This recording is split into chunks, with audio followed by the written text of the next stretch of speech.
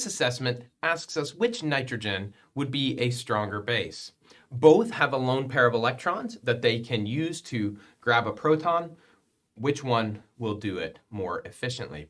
Well, if we look, let's start with the amide nitrogen over here. One of the things that we'll notice is that that lone pair of electrons can be delocalized by resonance. So we can generate this new resonance structure, which shows that that lone pair is spread out over the nitrogen and oxygen.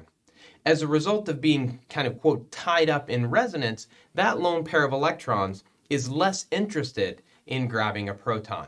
As a result, amides are weaker bases, and amines, then in this case, would be the stronger base.